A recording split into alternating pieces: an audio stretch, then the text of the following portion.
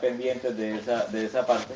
Ya hemos explicado esto en los apóstoles se dedicaron a la oración, al misterio de la oración y la palabra y nombraron estos hermanos llamados diáconos para que se ocuparan de las necesidades materiales de, de la iglesia en Jerusalén, especialmente de las viudas que están siendo desatendidas, ¿no? Un ministerio que ellos desarrollaban allí en época de gran dificultad y escasez. Entonces, hoy vamos a hablar prácticamente de lo que en sí, en qué consiste la doctrina reformada que nosotros seguimos, ¿no? Porque hay muchas expresiones de doctrina reformada, ¿no? Está la línea liberal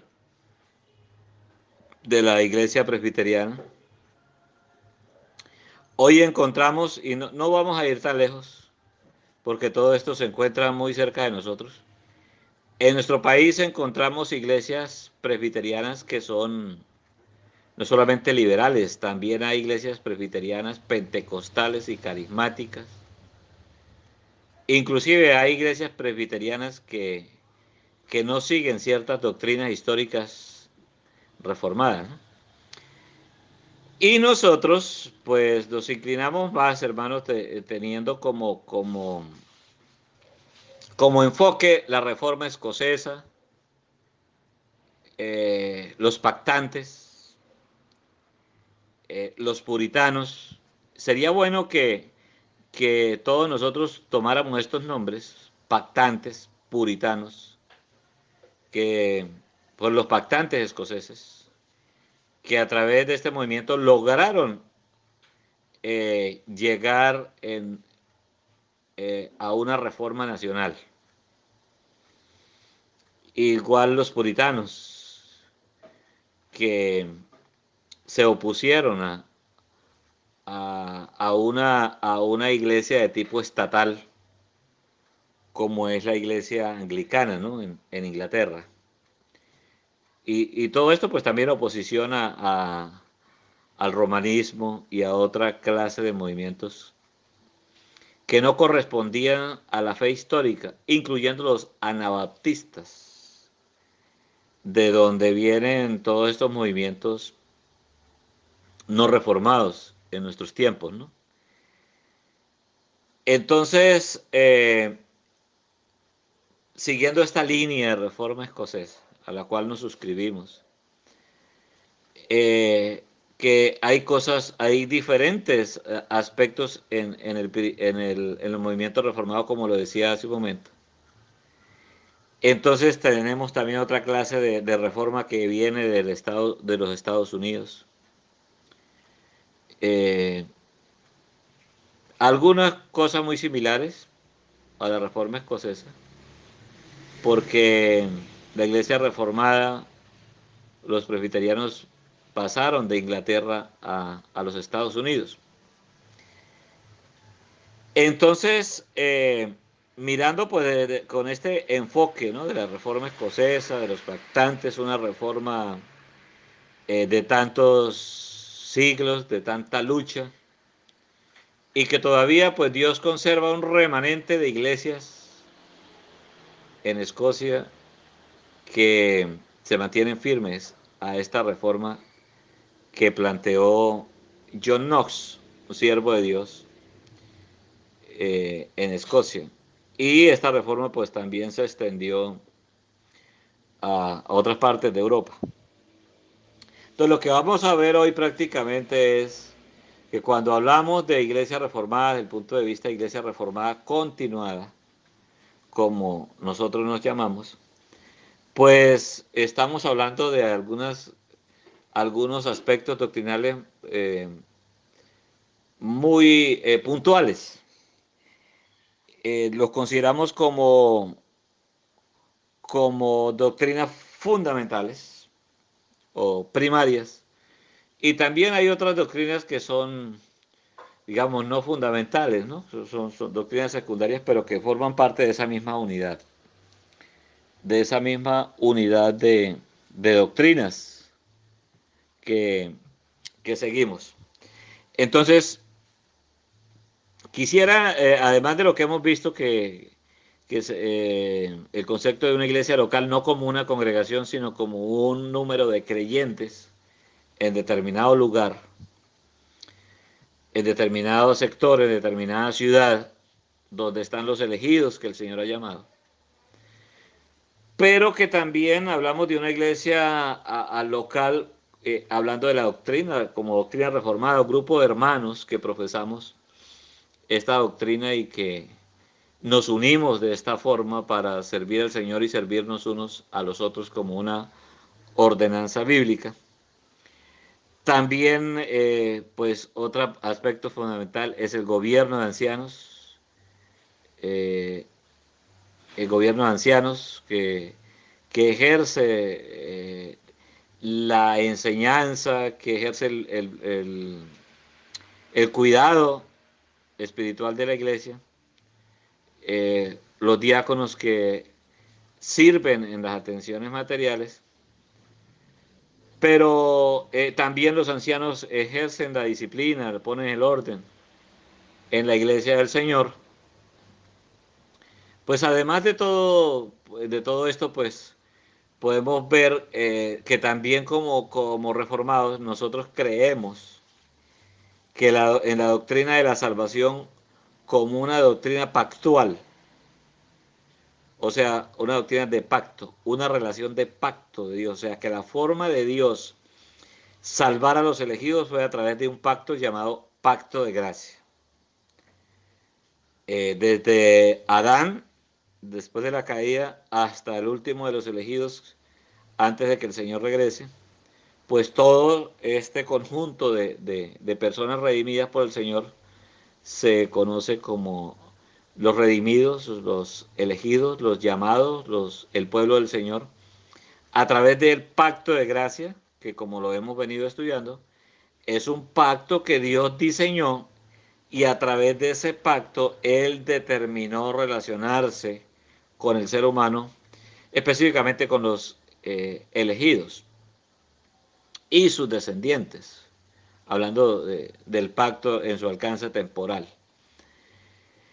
Entonces, en ese contexto, hermanos, mirando esa doctrina importante que tiene que ver con la doctrina bíblica de la salvación, pues hablamos del pacto de gracia.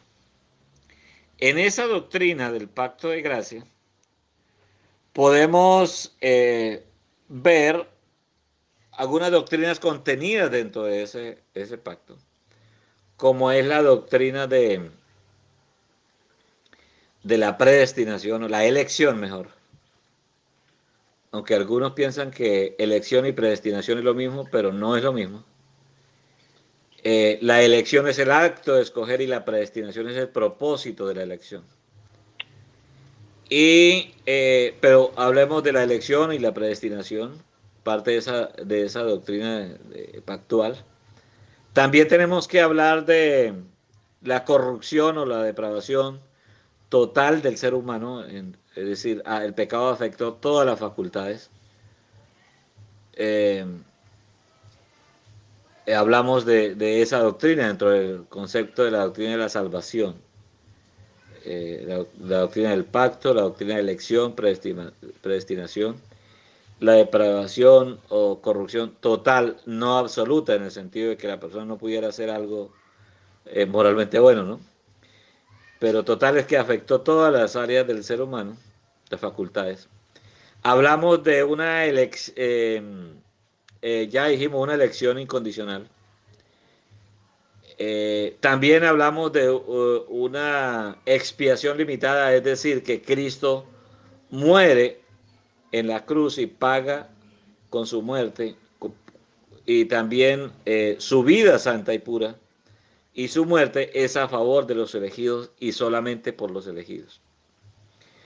También en esta doctrina de la salvación, del punto de vista reformado, vemos el llamamiento eficaz, es decir, que el llamamiento que el Espíritu Santo hace, la regeneración, que el Espíritu Santo ejecuta en los elegidos por medio de su santa palabra, produciendo una nueva vida, una nueva creación, como dice 2 Corintios 5:17.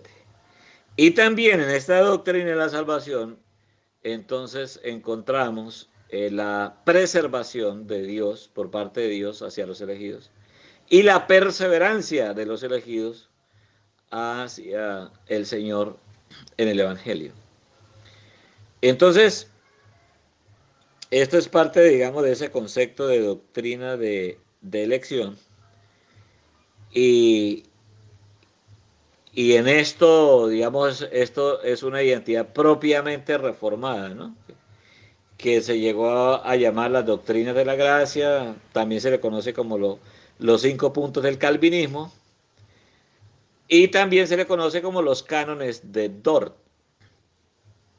Es una ciudad en los Países Bajos donde se tuvo este sínodo de Dort y ya había muerto Calvino. Esto se llama los 5 puntos del calvinismo, pero esto fue muchos años, fue años ya después de la muerte de Calvino que las iglesias se reunieron de diferentes lugares a través de sus ministros y entonces acordaron en este sínodo de Dort este documento conocido como los 5 puntos del calvinismo, hoy conocidas como las doctrinas de la gracia, los famosos cánones de Dort.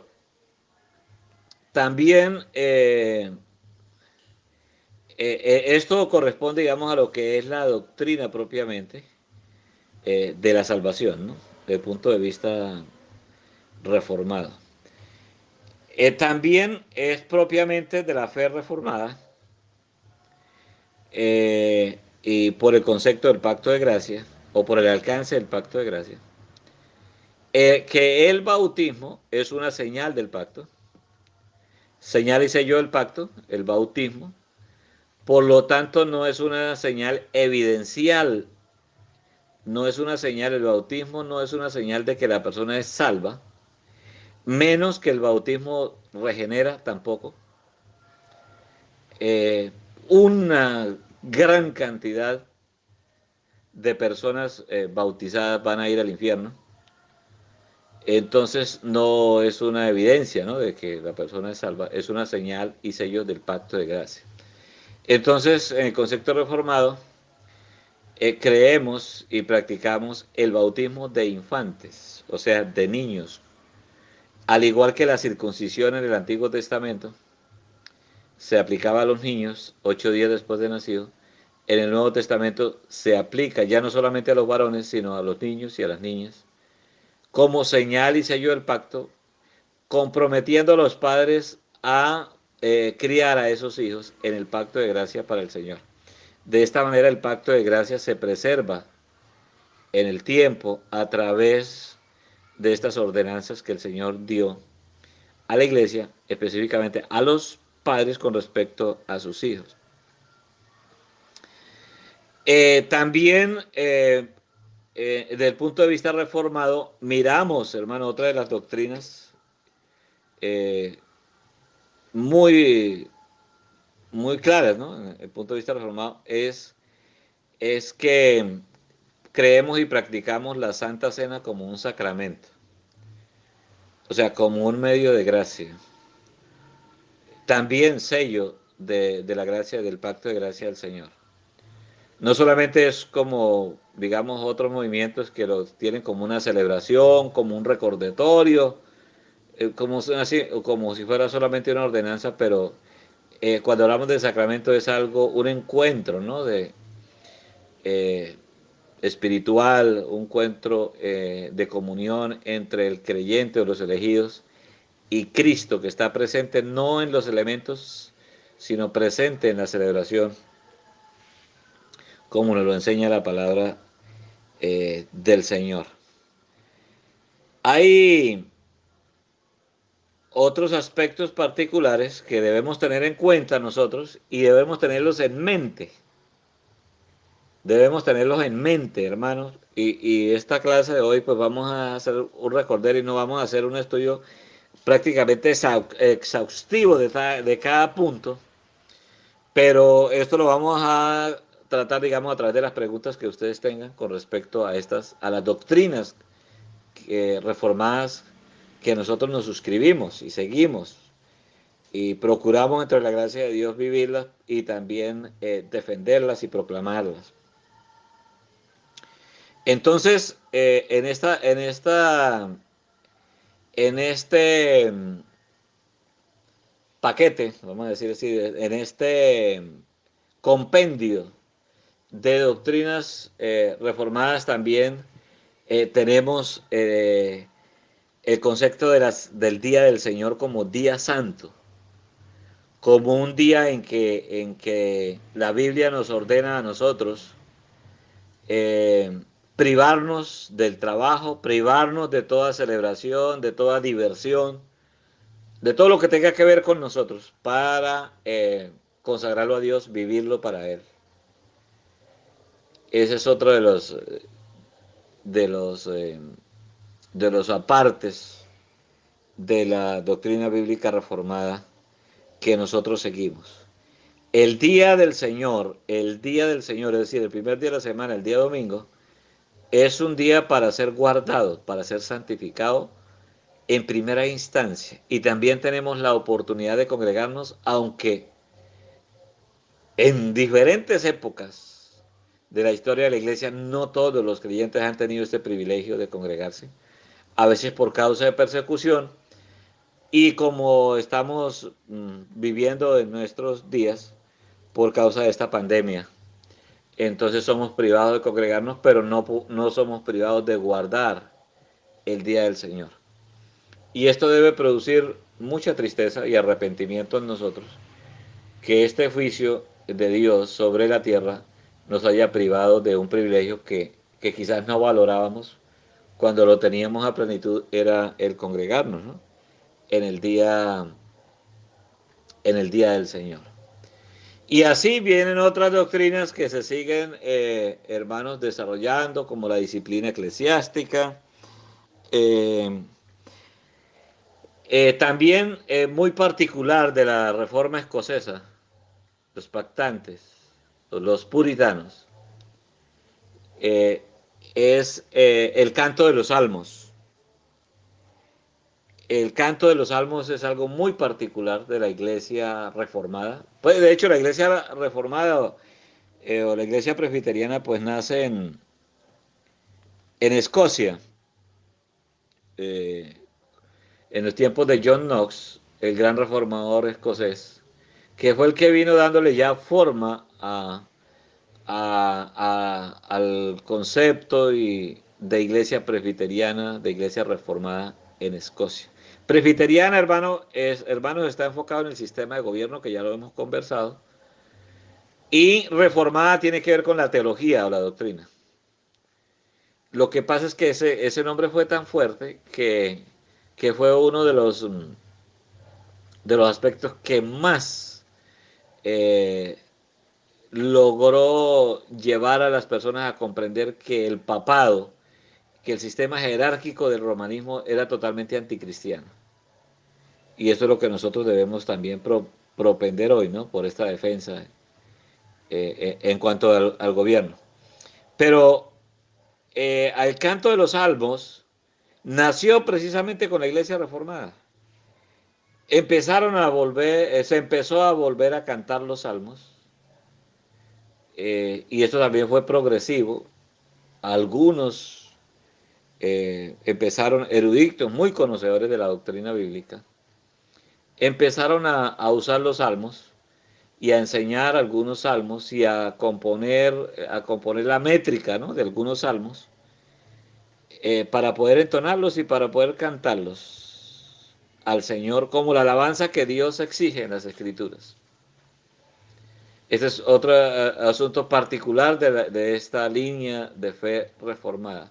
Poco a poco la iglesia presbiteriana abandonó los salmos, precisamente cuando toma auge la himnología, ¿no? Eh, Cuando empiezan a aparecer aquel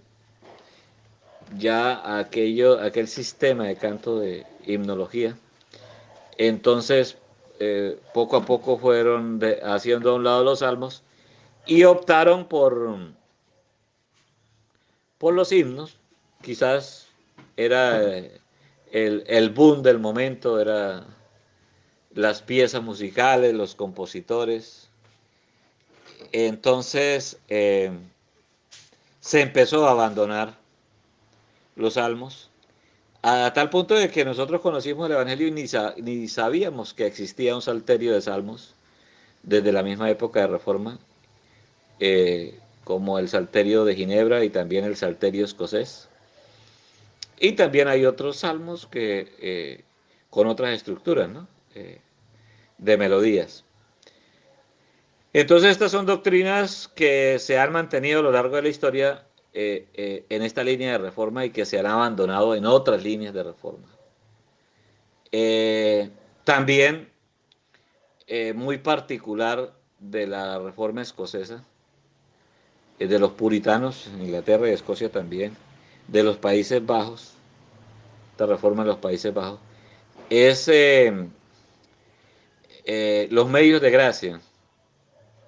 Los medios de gracia, que es la predicación pura del Evangelio, la oración como medio de gracia, la celebración de los sacramentos, en este caso el bautismo y la Santa Cena, o el Santo Bautismo y la Santa Cena, y la práctica de la disciplina como un medio de gracia también. Y hermanos, pues quizás hayan otras doctrinas más que ya nos serían como un poco más comunes, ¿no? Pero otra doctrina muy común, otra práctica muy común en la iglesia reformada continuada es, y permítanme que haga ese nombre para referirme a como la reforma histórica, ¿no? Que viene de estos países de Europa hacia nosotros, que también llegó a Brasil, gracias al Señor. Eh, es la práctica, el uso del velo por parte de la mujer en el culto público al Señor como una ordenanza bíblica clara y que también fue abandonado por la iglesia presbiteriana, aludiendo de que eso era una práctica muy cultural de la iglesia de Corinto. Pues eso tiene sus objeciones por parte de ellos, pero también los argumentos por los cuales es una práctica vigente que la iglesia, tanto los puritanos la usaron, los pactantes la usaron, la reforma de los Países Bajos fue parte y todavía es parte en este movimiento de iglesia. Solo que, pues que no han sido estudiadas y a veces seguimos más las tradiciones de los hombres que las tradiciones, sí, o las costumbres que nos impone la palabra del Señor.